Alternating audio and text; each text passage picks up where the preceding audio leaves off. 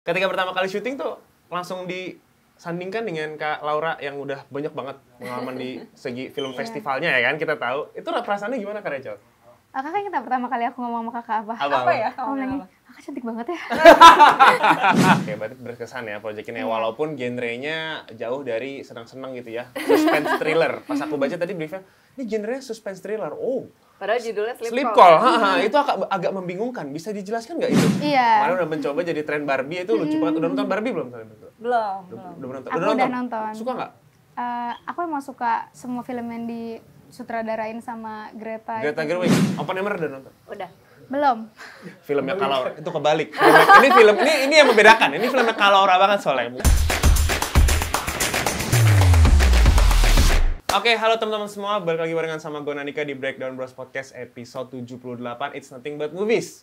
Di episode kali ini, aku ditemani dua wanita spesial karena mereka berdua pengen banget nge-share cerita mereka tentang project terbaru dari film Sleep Call. Please welcome Rachel Fener dan juga Laura Basuki. Halo. Dari judulnya Sleep Call ya? Ya. Sangat relate sama kehidupan di dunia nyata ya. Betul. Ternyata Sleep Call. Terakhir kita ketemu di CTS ya? CTS 2 Kita podcast. ya. Dan ini adalah debut aktingnya Kak Iya. Rachel V-nya. Tepuk tangan dulu. Gokil.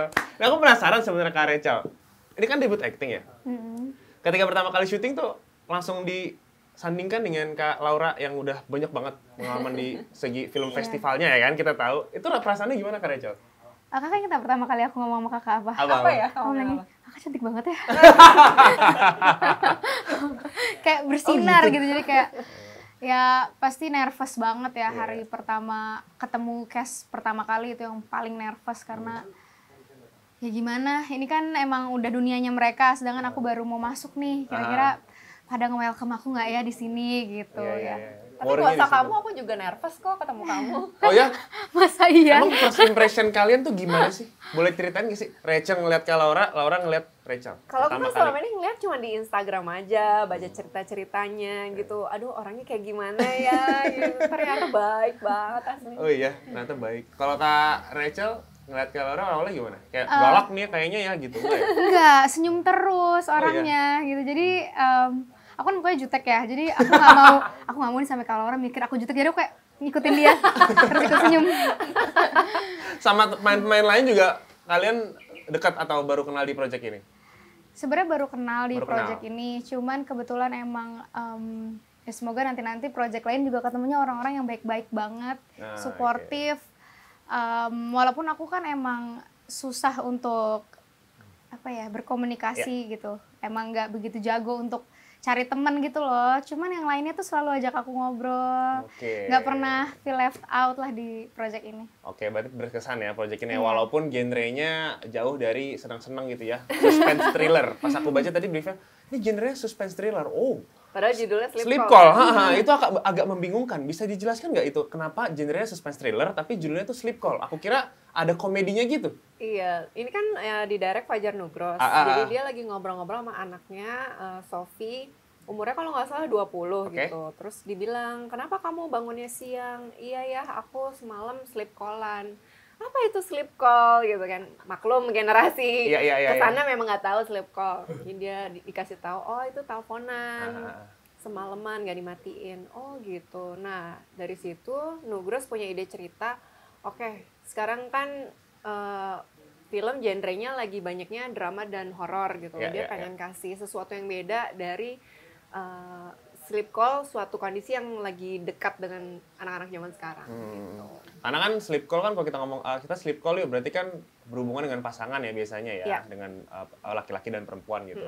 Dan di sini laki-lakinya itu adalah Biowan. Ya. Nah gimana tuh nge-build chemistry sama satu anak itu tuh? Ada bengal ya kayaknya ya. Nah, aku sebelum syuting ini banyak dengar cerita kayaknya Biowan kan dari perawakannya kayak nyentrik ya. Nyentrik gitu. Tapi ternyata pas syuting bareng enggak sama sekali. Oke. Kooperatif banget. Dan di sini bukan cuma Biowan, ada Bron Palare, Christo Emmanuel, Della Dartian, Danang, Bene. Perbedaan umur Kak Laura sama Kak Bio kan jauh ya? Iya. Itu gapnya kayak gimana sih Kak? Boleh diceritain nggak?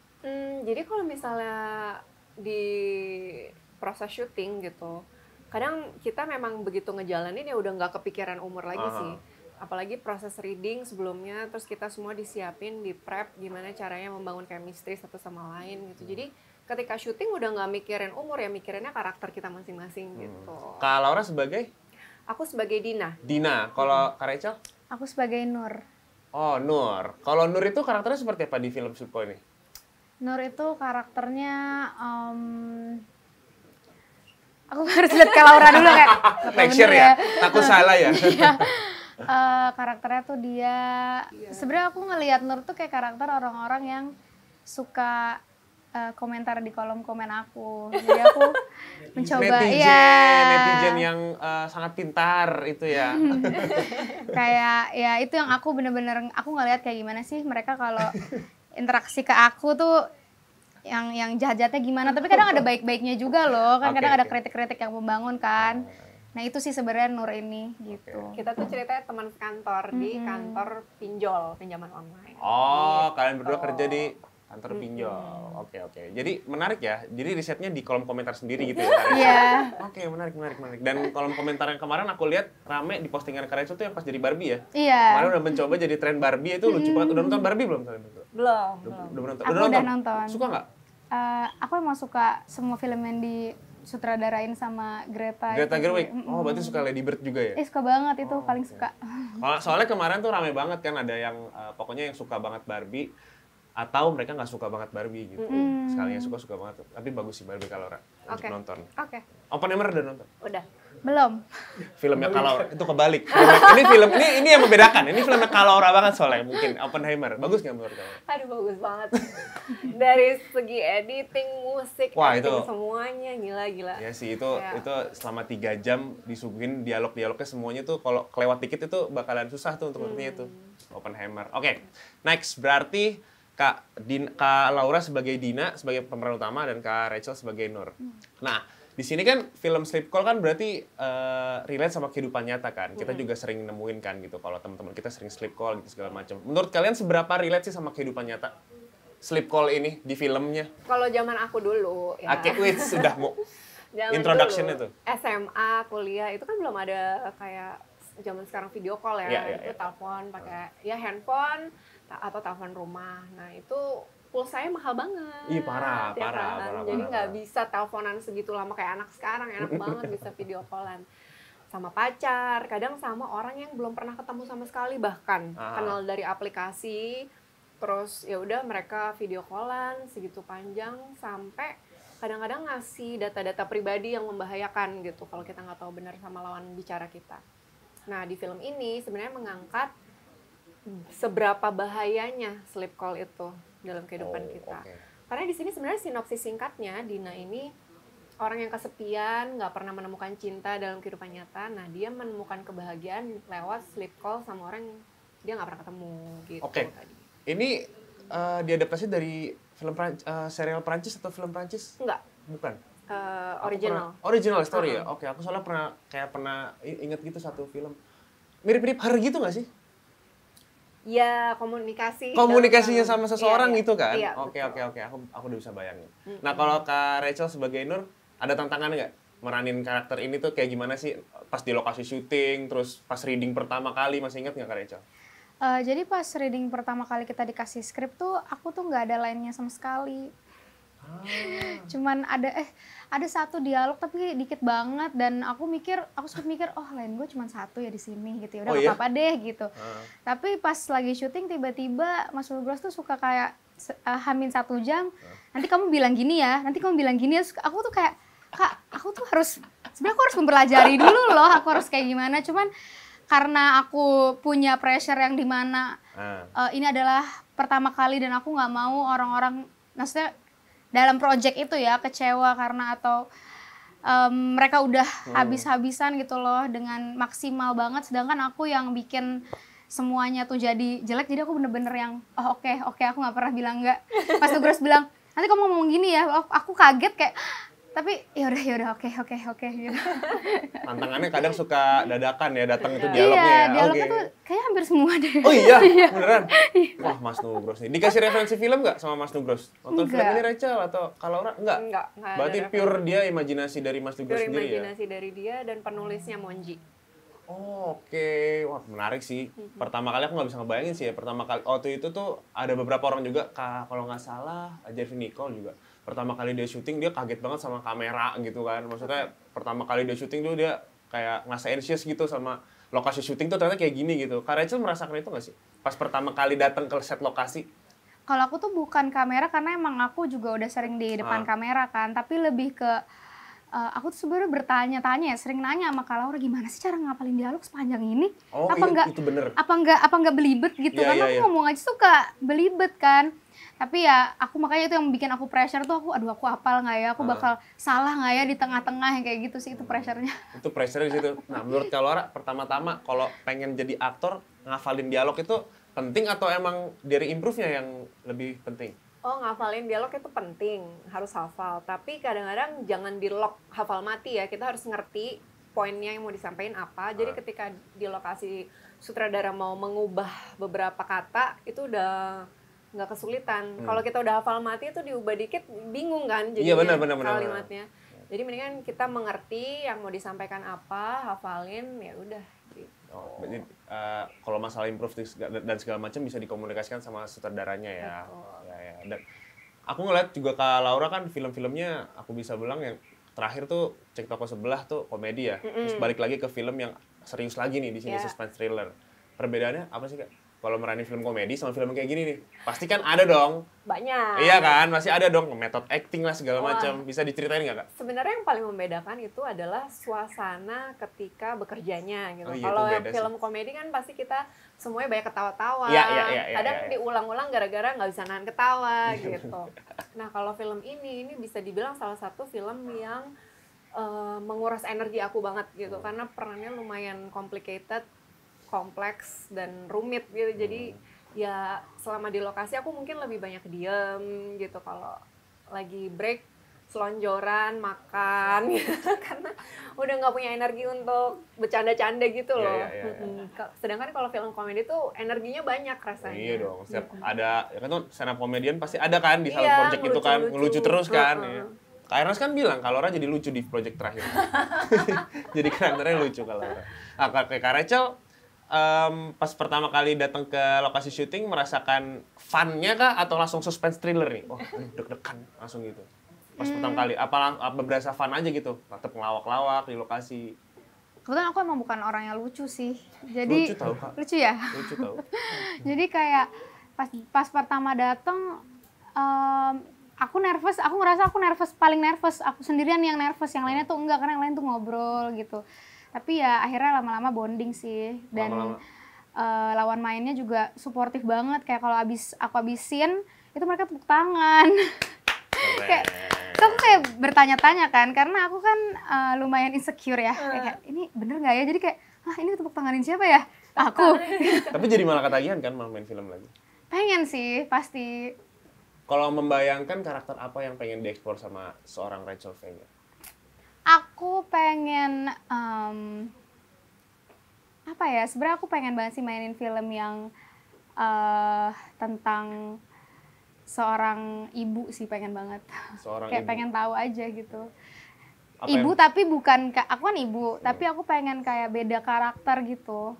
Oke. Ngerasain jadi karakter lain tapi tetap ibu gitu, pengen sih. Jadi seorang ibu ya. Kalau Laura udah pernah belum sih jadi karakter seorang ibu? Pernah. Madre ya?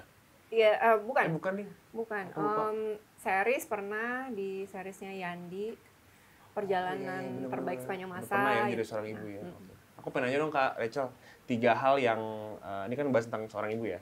3 hal yang Kak Rachel tuh khawatir atau jadi ketakutan terbesar untuk anak nantinya tumbuh dewasa tuh apa sih? 3 ya? Iya, 3 hal. Yang pertama, ini agak kolot sih tapi takut. Kenapa? Aku penasaran soalnya. Takut hamil atau hamilin anak orang. Nah itu benar, itu semua orang takut sekali. Itu benar, tapi agak kolot tapi ya benar juga sih gitu ya. Terus yang kedua, karena kan aku ngejalanin hidup berat ya, maksudnya yang lain juga mungkin berat dan kita nggak tahu nih anak kita berat apa enggak, dan aku berharap mereka bisa sih ngejalaninnya, karena kan banyak yang pengen nyerah gitu, dan aku juga salah satu yang pengen nyerah gitu. Cuman aku berharap aku bisa jadi best supporternya dia buat hidupnya dia, supaya mereka tuh apapun beban yang mereka rasain tuh mereka nggak sendirian lah, aku bisa ikut bawa bebannya mereka juga.